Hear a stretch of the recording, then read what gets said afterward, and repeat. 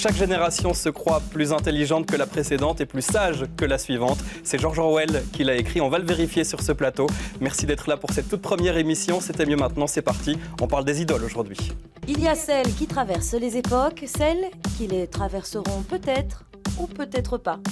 Il y a celles qui franchissent la ligne d'arrivée, celles qu'on écrit, celles qui s'écrivent, celles qu'on dessine, celles dont on se souvient, celles qui rassemblent. On les attend en file, on les imite, on les décore, statufiées, on les connaît par cœur. Je veux qu'on s'épuise sur le divan. Jusqu'à ce qu'elles nous arrachent des larmes. Je voudrais bien, mais je veux loin. Alors, dis-moi quelle est ton idole et je te dirai ta génération.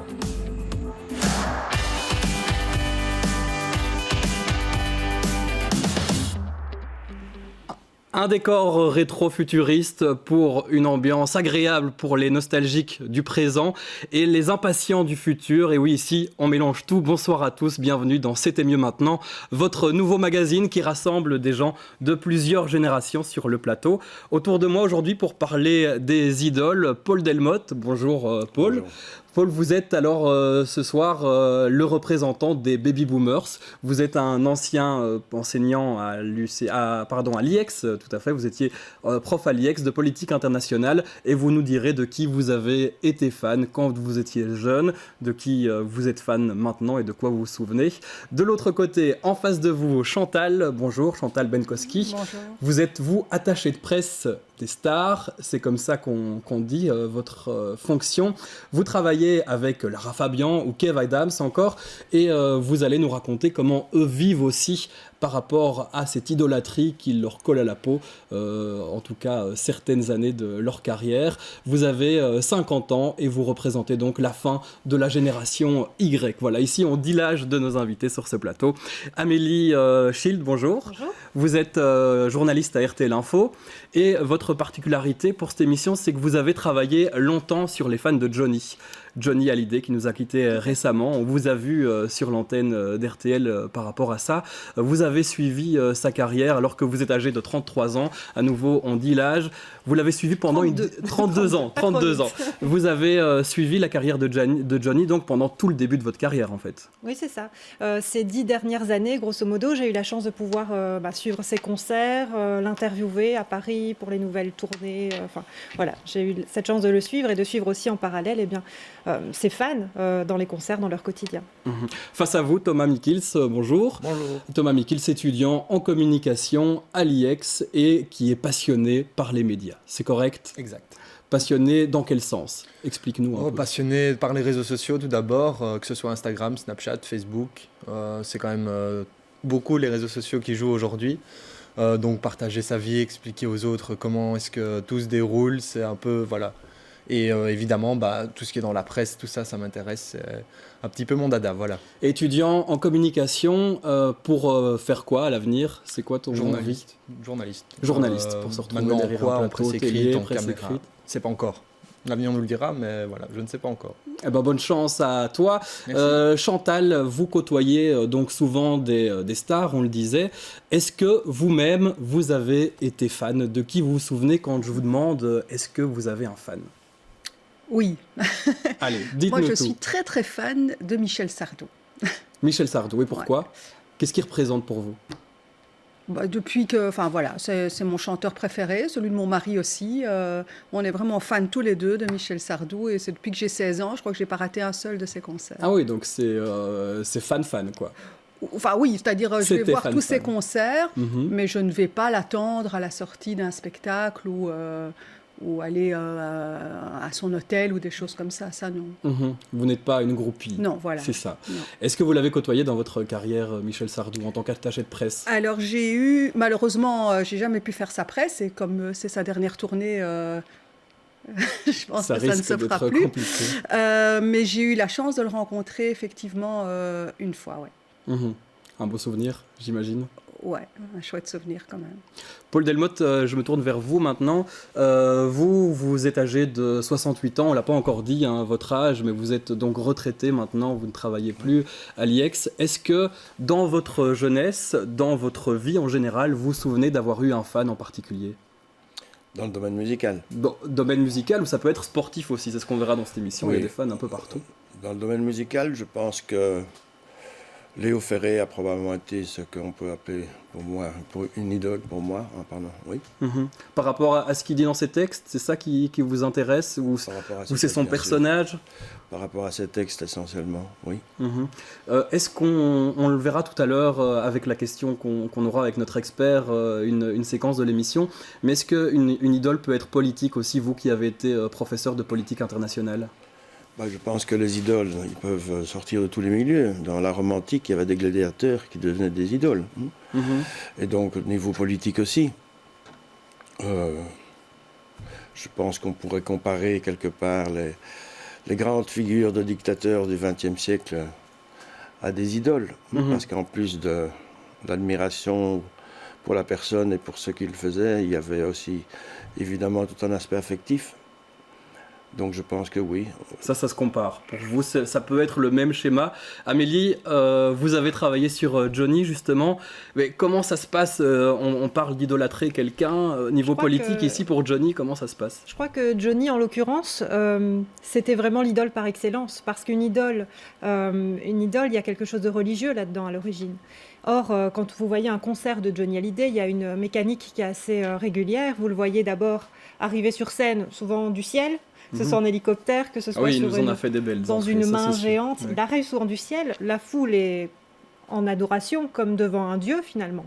Et c'est vrai que c'est une des dernières idoles qui provoque aussi un phénomène d'identification. Les gens veulent lui ressembler. C'est assez stéréotypé évidemment chez Johnny Hallyday parce que c'est la coiffure, c'est le look, mais si on regarde bien aujourd'hui, Michael Jackson, Elvis à l'époque, tout ça a traversé les années, mais dans la nouvelle génération, qui provoque vraiment ce genre de phénomène d'identification, c'est moins flagrant en tout cas. Il y a les rappeurs peut-être, Thomas Mikil, c'est ce que vous suivez, les rappeurs bruxellois, la vague de rappeurs bruxellois qui fonctionne très bien pour le moment, notamment en France. Est-ce que en tant que jeune, il y a une identification à ces personnages de la musique? En tout cas, on peut voir qu'il y a vraiment une identification qui est beaucoup moindre qu'avant. Donc, c'est-à-dire qu'ici, les jeunes s'intéressent plus au genre musical, aux paroles, qu'à l'artiste en lui-même. Donc, on essaye moins de lui ressembler, mais plus écouter les styles. Donc, par exemple, en Belgique, ici, on a Damso, qui produit beaucoup en France, à l'étranger, etc. On a également Romeo Elvis, Caballero et Jean Jass, qui sont vraiment des jeunes artistes qui sont en train de monter pour le moment et que la jeune génération adopte. Et qu'est-ce que vous seriez prêt à faire pour une idole? Nicolas Francom est allé vous poser la question dans la rue. C'est l'instant T comme trottoir, c'est tout de suite.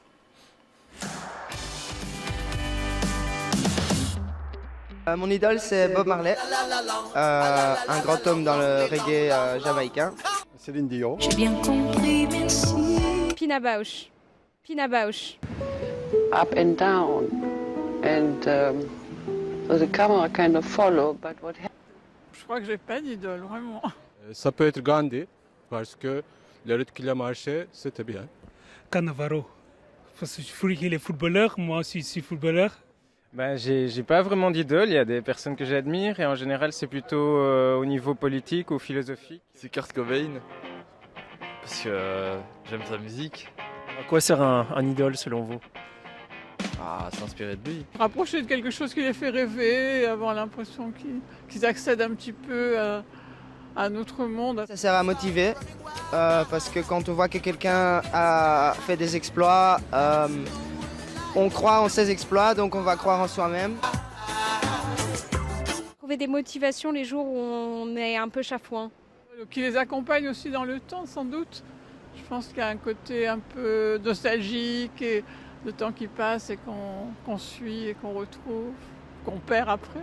Et qu'est-ce que vous seriez prêt à faire pour votre idole? Rien. Elle n'a pas besoin de ça. J'irai chercher ton cœur si tu l'emportes ailleurs. Beaucoup de sacrifices personnels pour suivre son parcours professionnel. Le ressusciter, sûrement. Quand je vois parfois des blogueurs ou quoi qui viennent en ville, il y a toute une masse qui se déplace pour une personne qui a dit certaines choses sur Internet. Je trouve ça un peu... Ouais, ça me fait peur. Et ça me pose fort question qu'on soit prêt à faire des choses un peu dingues pour quelqu'un qu'on ne connaît pas vraiment. En fait, moi, je crois que maintenant, quand j'y pense, mes idoles sont mes amis. Mes idoles sont mes amis, voilà une belle phrase de conclusion. Alors je vous voyais un peu tous chiffonnés du regard quand on explique je ne ferai pas n'importe quoi pour une idole. Vous semblez tous d'accord ici autour de cette table.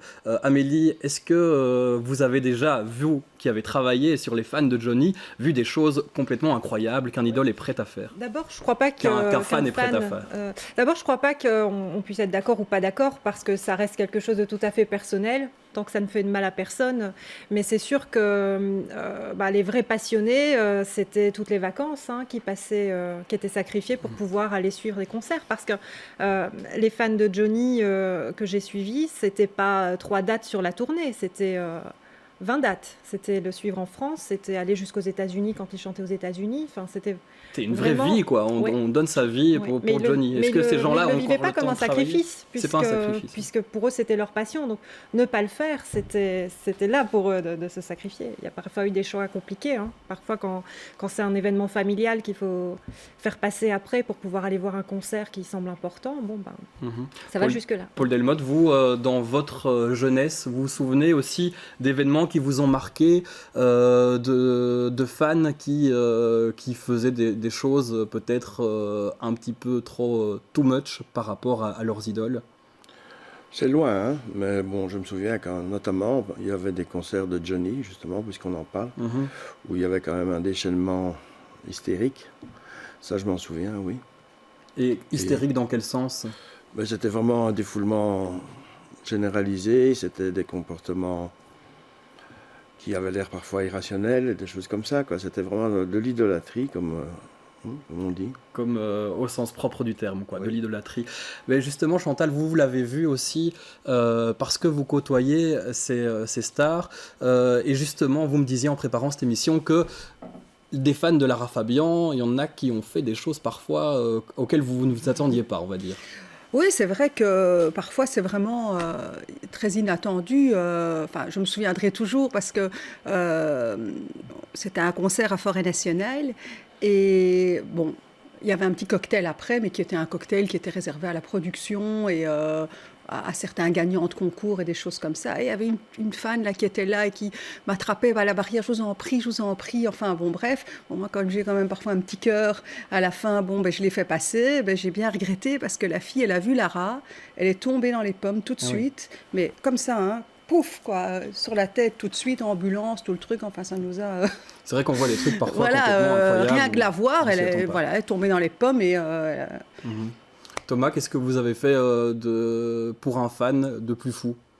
Pour un idole? Personnellement? Pour une idole, ouais. Faire des photos et avoir des autographes, c'est vraiment les trucs les fous que j'ai pu faire parce que j'ai jamais vraiment eu un idole particulier, comme je l'ai dit juste et ça, avant. c'est assez classique finalement. Ouais. Amélie, aussi dans votre enfance, dans votre adolescence, vous vous souvenez de quoi? De quoi vous avez été fan?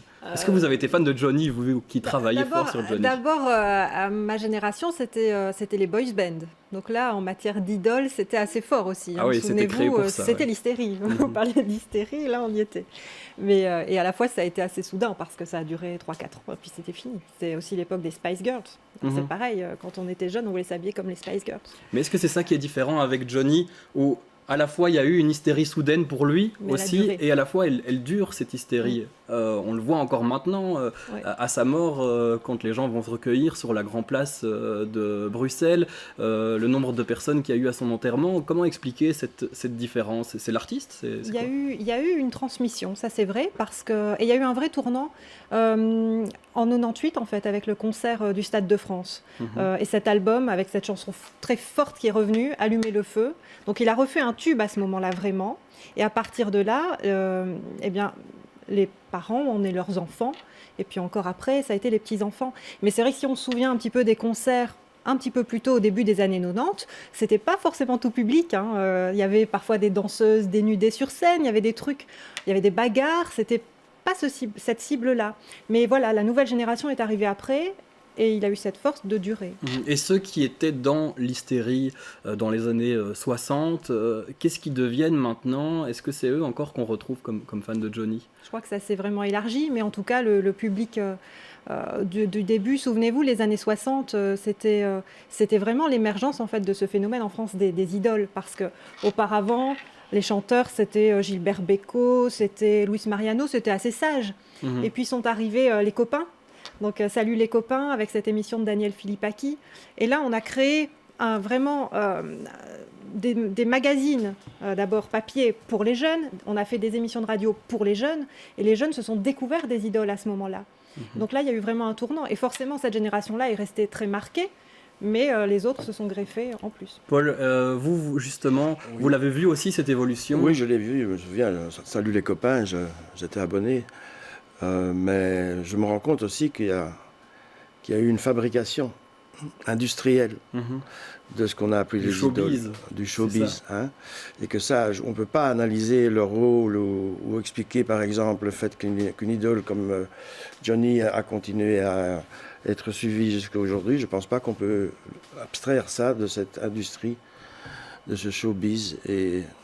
Oui, bien sûr. Et aujourd'hui encore, aujourd'hui, quand vous voyez de jeunes idoles, je ne sais pas, à la télévision, vous ressentez la même construction? Mais je vous avoue que ça ne m'intéresse beaucoup moins, que je ne regarde plus beaucoup les nouvelles idoles ou les nouveaux chanteurs. C'est pas ce qui vous intéresse, vous n'avez plus besoin de ça, entre guillemets, non, pour vous identifier? Je ne sais pas si j'ai vraiment eu besoin. C'est vrai que Léo Ferré, ça correspondait à une période de ma vie, c'est sûr, mais je ne serais pas tombé dans les pommes en voyant Léo Ferré. Oui, c'est ça. Comment réagissent les fans que vous côtoyez en tant qu'attaché de presse? Est-ce qu'ils vous contactent? Est-ce que vous les apercevez? Comment ils vous contactent, vous, par exemple? Il y en a qui essayent. C'est vrai que via Facebook, maintenant ça fait 10 ans que je travaille par exemple avec Lara, j'ai eu comme ça plusieurs qui m'ont demandé comme ami Facebook. C'est vrai qu'il y en a pour qui j'ai accepté parce que c'est vrai que je ne savais pas au départ exactement. Après je me suis vite rendu compte que c'était des fans de Lara, mais elles sont super gentilles, vraiment bienveillantes. Donc ce sont vos contacts Facebook aujourd'hui? Oui, vraiment. Enfin, il y en a quelques-unes là, elles sont charmantes et pas du tout harcelante et toujours très bienveillante. Donc voilà, celles que j'ai comme amies sur Facebook, en tout cas, ce ne sont pas du tout des fans ennuyeuses. Voilà. Non. Thomas, vous côtoyez aussi certaines idoles actuelles. Vous me parliez en préparant cette émission d'Henri PFR, qui est un ami, c'est ça? Une connaissance? Une connaissance. Comment il le vit, lui, ce phénomène? Henri PFR, est-ce que tout le monde connaît? Paul Delmotte, peut-être pas. Donc, c'est ce qu'on appelle, Thomas, un jeune DJ qui a rassemblé, par exemple, tout un public sur la Grand Place de Bruxelles à nouveau. On en parle. Il est assez suivi et surtout de manière internationale. C'est un DJ belge, mais qui est suivi ailleurs. Oui, en effet. Ici, l'été, il a beaucoup voyagé. Il a fait, je pense, toute l'Europe. Il a même été en Asie, en Amérique. Donc, c'est quelqu'un qui est toujours avec le sourire, qui est toujours souriant, prêt à accueillir ses fans, à faire des photos avec, qui prend toujours le temps. Donc, franchement, c'est souvent des artistes comme ça que les gens apprécient parce qu'il y a une certaine proximité, que ce soit aussi avec les réseaux sociaux, par exemple. Et on le verra tout à l'heure, l'importance des réseaux sociaux. Il y aura une séquence consacrée à ça. Les idoles, on vous le disait, elles peuvent être sportives, politiques, c'est plus compliqué. Et vous allez entendre pourquoi dans cet extrait. Nous avons interviewé Claude Javot, qui est sociologue, ancien professeur à l'ULB. C'est tout de suite, c'est l'instant E comme expert.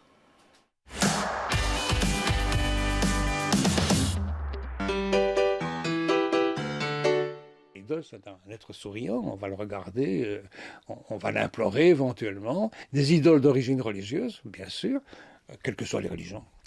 Et aussi des idoles, je dirais, profanes, soit du showbiz, il y en a beaucoup, c'est pas nouveau ça, c'est pas nouveau. Hein. Déjà avant la guerre 14, Yvette Guilbert, vous avez des idoles sportives. Il y en a pas mal. Eddy Merckx a été l'objet d'une idolâtrie, et même parfois statufiée, politique. Mais ça, c'est parfois imposé, ou alors c'est spontané dans certains cas, mais c'est assez rare. Maintenant, grâce aux médias, et surtout maintenant aux réseaux sociaux, vous construisez des idoles. Hein. Je ne dirais pas tant que vous voulez, mais beaucoup. Le dernier exemple que nous avons eu, c'est Johnny Hallyday, qui s'était autoproclamé lui-même, les gens m'appellent l'idole des jeunes, ce qui n'est pas faux. Il s'est un peu prémonitoire, mais il ne pouvait pas savoir qu'il y aurait 1 million de personnes à ses obsèques. Je me dis, c'est moins Victor Hugo. Victor Hugo, c'est le double. Ce n'est pas un procès que je fais à Jean-Philippe Smet, mais ce par quoi il est passé, des brutalités, la drogue, tout ça, on ne lui en tient pas rigueur. Rien du tout. Tandis que d'autres personnages, politique ou autre, tout de suite on les tombe dessus. On a trouvé des films porno sur son ordinateur, et il fume des joints. Clinton a dû s'excuser d'avoir fumé des joints quand il était jeune. Ici, Johnny, on s'en fout. Et de l'autre côté, tant mieux, hein, parce que si ça va vous poursuivre toute votre vie, on ne va pas vous idolâtrer alors. Généralement, c'est plutôt un élément pacificateur. Même s'il y a des débordements, il y en a, mais il y a des débordements maintenant partout, parce que vous trouvez toujours les squads des casseurs n'importe où. C'est un élément pacificateur. On communie, en fait, dans le culte d'une personne, qu'il mérite ou ne mérite pas, ça c'est pas moi d'en décider. Et alors, on se retrouve dans ce culte. Et c'est plutôt, c'est plutôt un élément d'apaisement dans la société, de dire « je suis un fan de », on dit fan, qui est dérivé de fanatique. Un idole qui apaise une société, qui peut servir de facilitateur social, vous êtes d'accord? Je suis d'accord, mais je crois qu'on peut voir les choses autrement aussi. Hein. Bon. Et comment? On peut aussi dire que cette industrie du showbiz et que cette fabrication d'idoles, ça relève de ce qui existait déjà chez les Romains, c'est-à-dire panem et circenses, c'est-à-dire du pain et des jeux. Donc c'est une façon de distraire et d'empêcher des questions dans l'opinion, d'empêcher des sursauts, des révoltes dans l'opinion. Par rapport au pouvoir, vous voyez ça un peu comme l'idéologie marxiste On peut, oui, il n'y a pas que l'idéologie marxiste qui parle de ça, mais c'est clair que dans cette industrie du spectacle, il y a cet aspect pain et jeu, je pense. Vous êtes d'accord, les autres? Ce qui est assez marrant, je trouve, c'est quand on voit justement des hommes politiques qui essaient de récupérer ce phénomène-là. Ces codes-là, oui, exactement. Comme M. Macron à l'enterrement de Johnny. Par exemple, ou si on remonte un petit peu plus tôt, Jacques Chirac qui faisait appel à Johnny Hallyday à ses meetings, la fête de l'humanité, il y a eu. Oui, ça c'est quelque chose de très américain, finalement, qui a traversé l'Atlantique, peut-être, ça vient de là, Paul Delmotte? Oui, je pense que c'est quelque chose qui est venu en partie des États-Unis, mais bon, ça a pris chez nous aussi, et donc je pense... En Belgique, ça marche un peu moins bien, les politiques idolâtrés, peut-être. C'est vrai, mais ça tient peut-être à la qualité de nos politiques, mais bon, je pense que c'est vrai que ça marche chez certains politiques, je pense même que chez M. Mélenchon, il y a un aspect aussi comme ça, chez ses partisans en tout cas. Le charisme joue beaucoup aussi, si on regarde Barack Obama, c'est presque une star. Oui, bien sûr. Alors on le disait aussi, et il le disait, Claude Javot, dans cette interview, l'importance des réseaux sociaux. Pour ce dernier instant de l'émission, l'instant R comme réseau, on va se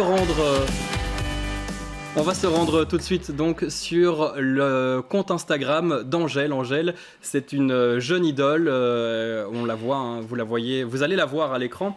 Angèle, voilà, Angèle, elle s'est connue en faisant des vidéos comme ça, regardez. Maman.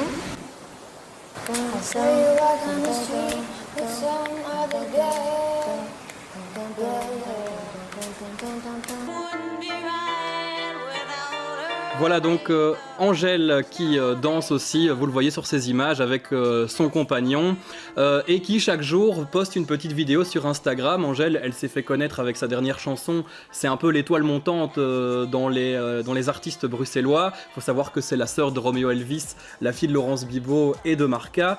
Donc elle a baigné dans la musique depuis toujours, mais c'est Instagram qu'elle utilise quotidiennement pour communiquer à ses fans et qu'elle a utilisé pour se faire connaître. Thomas, vous connaissez bien ce phénomène, j'imagine. Bien sûr, en fait, comme je l'ai dit juste avant, les réseaux sociaux, ça joue beaucoup. Donc beaucoup d'artistes passent par les réseaux sociaux et surtout Instagram pour le moment pour devenir connus, que ce soit ici comme par exemple Angèle, qui maintenant fait par exemple les premières parties de Damse quand il a fait sa tournée en France, etc. Oui, c'est ça, et c'est grâce à ça qu'elle monte, et elle est annoncée par plusieurs magazines comme la star pop de l'année. Elle vient de chez nous, de Bruxelles, évidemment on en est fiers. Qu'est-ce que vous pensez de l'utilisation des réseaux sociaux, vous Chantal, qui avez travaillé avec des stars qui n'avaient pas cet outil-là à l'époque, qui aujourd'hui l'ont, et donc est-ce qu'ils arrivent à l'utiliser déjà? Est-ce que Lara Fabian, elle s'en sort avec Instagram? Oui, vous inquiétez pas, elle poste tout le temps sur Facebook, Instagram. Tous les artistes avec qui je travaille, ils sont tous... C'est une obligation maintenant de passer par là? Je pense, oui. Je pense c'est vraiment. C'est le nouveau fan club aussi, quelque part. Ça enlève quand même une distance. Nous, à notre époque, au mieux, on avait un magazine, il fallait prendre un bulletin d'adhésion et envoyer une lettre qui arrivait dans une sombre boîte postale. Aujourd'hui, ils envoient un message, avec un peu de chance, ils ont une réponse instantanée. Oui, c'est ça qui est incroyable. C'est qu'il y a une question, tu le disais tout à l'heure, de proximité. Quand elle nous montre chez elle, ses amis en train de dormir alors qu'elle est en vacances, on est dans son intimité. Ce qu'on n'a peut-être pas vu de Johnny au début. Non, et là aussi où les artistes ont parfois une intelligence, c'est leur nouveau moyen aussi de contrecarrer les paparazzis. Parce que finalement, plutôt que d'être photographié en vacances de façon disgracieuse avec un peu de cellulite, le mieux c'est de se prendre soi-même en photo et de la poster. Et alors, il n'y a plus d'intérêt, et d'assumer, mais de choisir le cliché. Paul Delmotte, qu'est-ce que vous en pensez de cet impact qu'ont les réseaux sociaux, vous qui nous apportez votre sage parole ici dans cette émission, qu'est-ce que ça vous fait penser à quoi, ces réseaux sociaux? Est-ce que ça ressemble à quelque chose qui existait à votre époque ou c'est tout à fait nouveau? Non, je pense que ça ne ressemble plus beaucoup à ce qu'il y avait à notre époque, que ça remplace ce qu'il y avait à notre époque, et donc ça explique parfois, en tout cas dans mon chef, ça explique peut-être une certaine réticence et un certain agacement. Parce que, pourquoi agacement? Parce que je pense qu'il y a des effets contre-productifs. Je ne suis pas du tout sûr que le fait, par exemple, que tout le monde échange GSM et des choses comme ça, je ne pense pas que tout ça renforce les contacts entre les gens. Je pense que ça isole plus les gens. Une réponse, on doit clôturer cette émission malheureusement, mais la réponse de Thomas, quand même, qui utilise quotidiennement les réseaux sociaux, c'est important d'expliquer justement à la génération supérieure ce que vous en pensez en tant que jeune. C'est en partie vrai ce qu'il dit, donc qu'il y a une certaine partie d'isolement que les jeunes... Et comment faire? Comment tu conseillerais de s'occuper, de pouvoir utiliser ces réseaux sociaux sans s'isoler en tant que jeune? C'est une très bonne question. Je dirais plutôt par tout simplement se rencontrer, partager ensemble des moments et après les repartager sur les réseaux sociaux. Je pense que ça peut être un bon moyen de toujours être ensemble et de continuer à utiliser les réseaux sociaux, pourquoi pas. Voilà, c'est une solution, mais je suppose qu'il y en a encore des centaines. Et on terminera donc cette émission sur une solution de Thomas Mikils, jeune étudiant en communication. Merci à tous d'avoir été mes invités pour cette première émission. Je vous retrouve dans un mois pour le prochain numéro de C'était mieux maintenant. Il sera consacré cette fois à la langue française et à l'évolution du langage. Très belle continuation sur BX1.